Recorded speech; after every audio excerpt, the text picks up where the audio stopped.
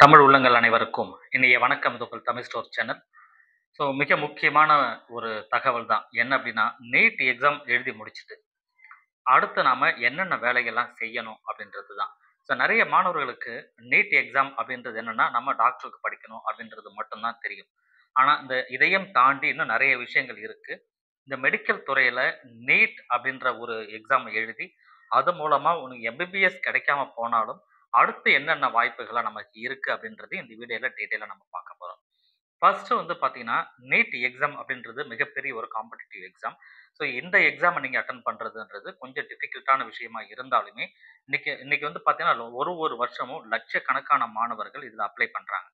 Apply பண்ணிட்டு, இதற்கு நாம எலிஜிபிள் ஆயிட்டோம் அப்படின்னு சொன்னா, நீங்க இந்தியாவை தவிர வெளிநாட்டுல நீங்க எம்பிபிஎஸ் படிக்கணும் அப்படின்னா கூட, இந்த நீட் அப்படின்றது ரொம்ப அவசியமாகுது. அப்ப நெறைய பேர் வந்து பார்த்தீங்கன்னா, நான் வந்து ஜெர்மன்ல படிக்க போறேன், ரஷ்யால படிக்க போறேன், கஜகஸ்தான்ல படிக்க போறேன். ஸோ இந்த மாரி நெறைய ஆப்ஷன்லாம் இருக்கு. இங்கெல்லாம் வந்து ஃபீஸும் கொஞ்சம் கம்மியாவும் இருக்கும். ஸோ அதற்கு சரியான நபர தேர்ந்தெடுத்து, சரியான வழிகாட்டுதலோட அத நீங்க மேற்கொள்ளலாம். அப்படி பண்ணீங்கன்னா வருஷத்துக்கு 5 டூ 6, 7 லட்ச ரூபாய்க்குள்ள உங்களுக்கு வருஷத்துக்கு செலவாகுது அப்படின்னா, ஃபாரின்ல போய் படிக்கிறதுக்கும் வாய்ப்பு இருக்கும். பட் அதற்குமே நீட் என்பது மிக மிக அவசியம். சரிங்களா? நீங்க நீட் அப்படின்றது நம்ம இந்தியால எழுதுறதுக்கு மட்டுமே கிடையாது. ஃபாரின்ல போய் படிக்கணும்னாலும் இந்தியால நீங்க நீட்ட கிளியர் பண்ணியிருந்தா தான், அங்கேயுமே நமக்கு அட்மிஷன் ஆனது கொடுக்கப்படுது. ஸோ இது வந்து ஒரு விஷயம். அத நீங்க ஜெனரலா தெரிஞ்சுக்கலாம். அது யாரெல்லாம் போய் படிக்கலான்றத நான் அப்புறம் சொல்றேன்.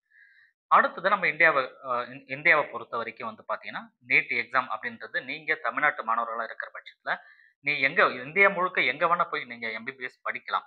ஆனா 2 விஷயம் இருக்கு. அப்ப இந்தியா முழுக்க இருக்கிற மெடிக்கல் காலேஜ்ல நீங்க எங்க வேணா படிக்கலாம்னா, அதுக்கு நாம என்ன செய்யணும்ன்றது அதுக்கு வேற ஒரு வழி இருக்கு.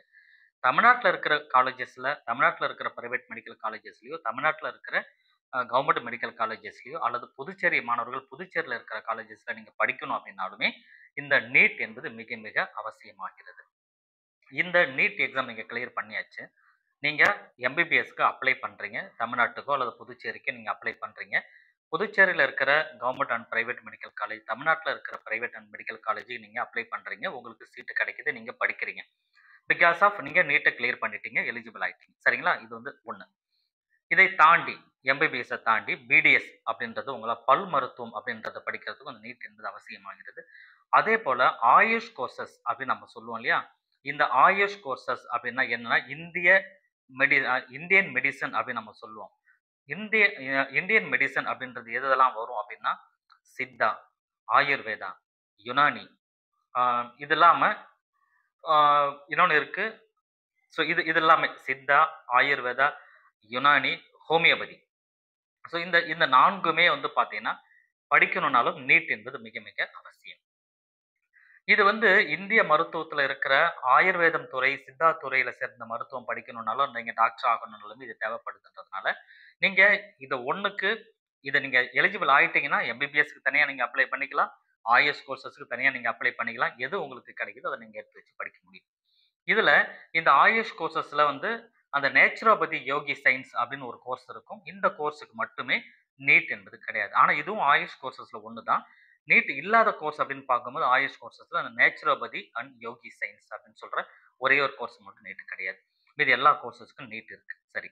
அடுத்தது நீங்க வந்து ஆஹ், ராணுவத்துல ரைட்டுங்களா? மிலிட்ரியில இருக்கிற ஆஹ், ஒரு மிலிட்ரியில நர்சிங் படிக்கணும் அப்படின்னாலுமே, மிலிட்ரியில நீங்க நர்சிங் படிக்க போறீங்க அப்படின்னாலுமே, உங்களுக்கு நீட் என்பது மிக மிக அவசியம்.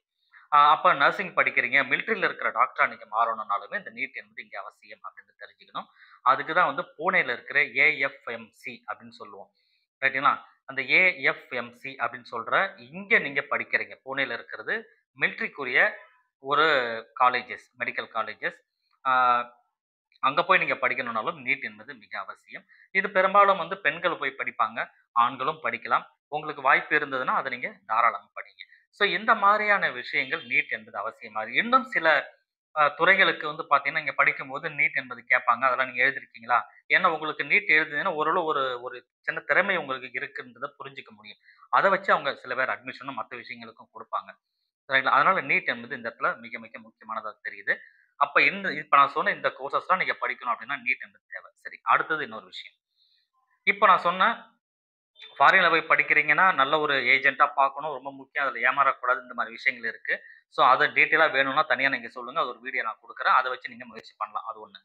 அடுத்தது எம்பிபிஎஸ் நீங்க படிக்கும்பொழுது, நீங்க பிரைவேட் அண்ட் மெடிக்கல் காலேஜ்ல தமிழ்நாட்டுக்கு அப்ளை பண்றீங்க. தமிழ்நாடு மெடிக்கல் கவுன்சிலிங் நடத்துற அந்த கவுன்சிலிங்ல நீங்க பார்ட்டிசிபேட் பண்ணி, அப்ளை பண்ணி இதுக்கு நீங்க படிக்கணும். இந்தியா முழுக்க இருக்கிற மெடிக்கல் காலேஜ்ல நான் படிக்கணும் சார் அப்டின்னா, அதுக்கு நான் இன்னொரு வழி சொன்னேன். அது என்னன்னா, எம்சிசி நடத்துற ஆல் இந்தியா கோட்டாவுக்கு நீங்க அப்ளை பண்ணணும். அப்படி அப்ளை பண்ணீங்கன்னா, இந்தியால இருக்கிற மெடிக்கல் காலேஜஸ்ல நீங்க எங்க வேணா படிக்க முடியும். அதற்கு வந்து 15% சீட்ல தான் நமக்கு வந்து உள்ள வரும். அதுக்குள்ள தான் படிக்க முடியும்.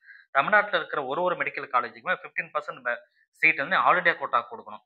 அப்ப தமிழ்நாட்டுல இருக்கிற மெடிக்கல் காலேஜ்ல தமிழ்நாட்டு மாணவர்கள் மட்டுமே இல்லாம, இந்தியால இருக்கிற எந்த மூலையில இந்தியால இருக்கிற மாணவர்களுமே தமிழ்நாட்டுல வந்து படிப்பாங்க. அது எதுல வந்து படிப்பாங்கன்னா, 15% கோட்டால மட்டும் தான் அவங்க வந்து படிக்க முடியும். அதேபோல நம்ம தமிழ்நாட்டு மாணவர்கள் வெளியில இருக்கிற வெளி மாநிலத்துல போய் படிக்கணும்னாலுமே, அந்த மெடிக்கல் காலேஜ்ல இருக்கிற 15% கோட்டால மட்டும் தான் போய் படிக்க முடியும். 100 சீட்டுன்னா 15 சீட்டு இடஒதுக்கீடு குடுத்துருவாங்க.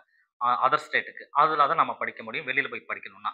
85 சீட்டு நம்ம தமிழ்நாட்டுக்கு மட்டுமே இருக்கு. அதுல நீங்க யார் வேணா படிச்சுக்கலாம். சரிங்களா? இது வந்து ஒண்ணு. இல்ல சார் நான் இன்னும் வந்து பார்த்தீங்கன்னா, சென்ட்ரல் கவர்ன்மெண்ட் யூனிவர்சிட்டீஸ் பெரிய பெரிய யூனிவர்சிட்டீஸ் நான் படிக்கணும். அதாவது பெரிய இன்ஸ்டிடியூட்ல படிக்கணும். ஜிப்மர், எய்ம்ஸ் இந்த மாரி இடத்துல நம்ம படிக்கணும் அப்படின்னு நினைக்கிறீங்க அப்படின்னாலுமே, அதற்கும் நீங்க வந்து ஆல் இந்தியா கோட்டாக்கு அப்ளை பண்ணணும். எம்சிசி நடத்துற கவுன்சிலிங்ல பார்ட்டிசிபேட் பண்ணி உங்களோட சாய்ஸ் ஃபில்லிங்ல ஜிப்மரோ அல்லது எய்ம்ஸோ நீங்க சாய்ஸ் ஃபில் பண்ணீங்கன்னா, உங்க மதிப்பெண் அடிப்படையில அதுவுமே கிடைக்கும். நான் ஏற்கனவே சொன்னேன் இல்லையா, அந்த ஏஎஃப்எம்சி அப்படின்னு சொல்லி ராணுவத்துல இருக்கிற மெடிக்கல் காலேஜ்ல படிக்கிறது, அங்க நீங்க பணிபுரியணும் அப்படின்னாலுமே, இந்த ஆல் இந்தியா கோட்டா வழியா தான் நீங்க அப்ளை பண்ணணும். அதற்கு நீங்க சாய்ஸ் ஃபில் பண்ணும்பொழுது, அந்த ஏஎஃப்எம்சிய நீங்க டிக் பண்ணீங்கன்னா, உங்களுக்கு அதுக்கு மூலமா எலிஜிபிள் ஆயிட்டீங்கன்னா, அங்க உள்ள போயிட்டு அங்க ஒரு இன்டர்வியூ வைப்பாங்க. இன்டர்வியூ வச்சு, அது மூலமா ஒரு பிசிக்கல் டெஸ்ட் எடுத்து உள்ள ஜாயின் பண்ணுவாங்க. ஸோ இந்த மாரி விவரங்கள் இருக்கு. இப்ப நான் சொன்ன விவரங்கள் எல்லாமே உங்களுக்கு நல்லாவே புரிஞ்சிருக்கும்னு நினைக்கிறேன். ஸோ நல்லா படிங்க. ஸோ ரொம்ப இருக்கிறது மிக குறைவான நாட்கள் இருக்கு. நல்லா படிங்க. நீட் மூலமா என்னென்னலாம் எலிஜிபிள் இருக்கோ, இது எல்லாத்தையுமே நீங்க அப்ளை பண்ணி, எது கிடைச்சாலும் படிங்க. ஸோ அடுத்த வீடியோல நீங்க நீட்டுக்கும் சரி, அல்லது நீங்க இன்ஜினியரிங் படிச்சாலும் சரி, ஒரு +2 முடிச்சு ஒரு காலேஜ்ல நீங்க சேரணும்னா என்னென்னலாம் சான்றிதழ்கள் தேவைப்படும் அப்படின்றத அடுத்த வீடியோல உங்களுக்கு நான் சொல்றேன். தெளிவா அடுத்த வீடியோவ ஃபாலோ பண்ணிக்கோங்க. தேங்க் யூ ஃபார் வாட்சிங்.